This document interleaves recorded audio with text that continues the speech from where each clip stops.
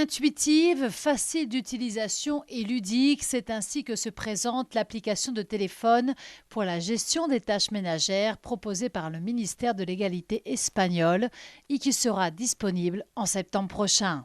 Il s'agit de la dernière initiative proposée par le gouvernement socialiste de Pedro Sánchez pour faire avancer les droits des femmes. Depuis son arrivée au pouvoir il y a 5 ans, la gauche, qui se revendique comme le gouvernement le plus féministe, a en effet multiplié les lois en défense des femmes, comme celle sur le consentement sexuel, le congé menstruel ou bien le congé paternité qui égale celui accordé aux mères et qui permet de vraiment partager les tâches au foyer quand un bébé arrive. Les contingences domestiques sont donc le nouveau terrain de lutte pour les féministes du gouvernement.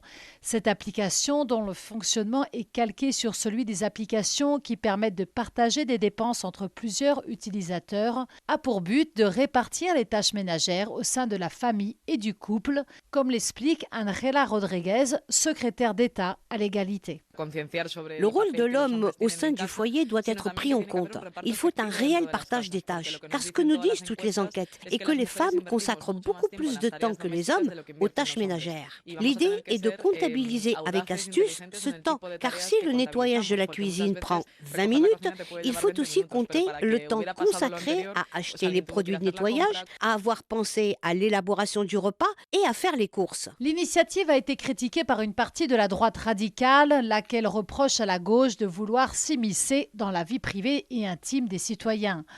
Or, d'après une enquête de l'Institut national espagnol des statistiques, 45,9% des femmes interrogées ont déclaré effectuer la majorité des tâches ménagères contre seulement 14,9% des hommes. Il y a quelques mois, une femme avait gagné un procès en Espagne contre son époux qui l'avait cantonné exclusivement aux tâches ménagères durant leurs 25 ans de mariage. La condamnation, qui ouvre un précédent, oblige le mari à verser à son ex-épouse une indemnité de 204 000 € correspondant au salaire minimum durant 25 ans. Ivana Moral s'occupait de la maison, mais aussi de ses 2 filles et de l'entreprise de son mari, sans recevoir aucun salaire. Pour cette femme de 47 ans, désormais divorcée, c'est une nouvelle vie qui commence. Après toute cette lutte, c'est un vrai ballon d'oxygène pour repartir de zéro. Et c'est une reconnaissance à toutes ces années que j'ai dédiées à mon foyer, à mon mari, à mes enfants. Cette condamnation est aussi un ballon d'oxygène car je vais enfin pouvoir faire tout ce que je désire, comme avoir un emploi hors du ménage ou tout simplement me former. Et j'invite d'autres femmes qui sont dans cette même situation à franchir ce pas. La nouvelle application devrait permettre de rendre plus équitable le soin du foyer et d'alléger la charge mentale des femmes, lesquelles sont en majorité celles qui s'occupent de la gestion de la maison. Diane Cambon à Madrid pour Medi 1.